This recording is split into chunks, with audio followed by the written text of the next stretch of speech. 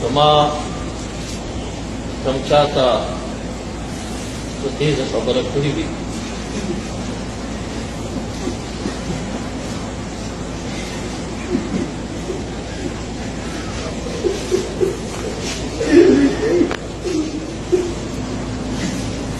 او یا مې رټلې تاسو ټول ما ته عفو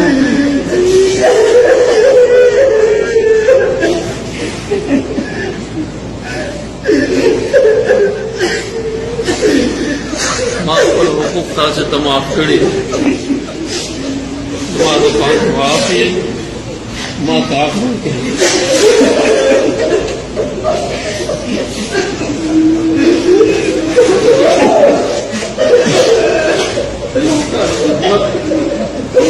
ما ورته د هغې بدل کې